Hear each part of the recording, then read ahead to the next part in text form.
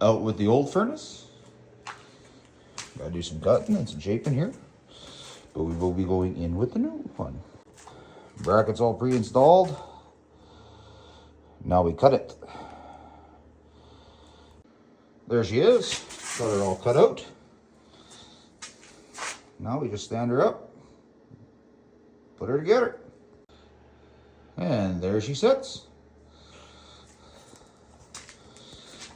And a little tin tape to button up a couple edges, but she's in there.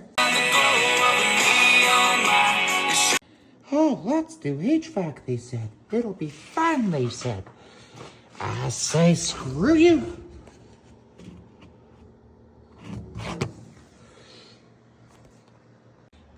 Not too bad for a hillbilly rig up.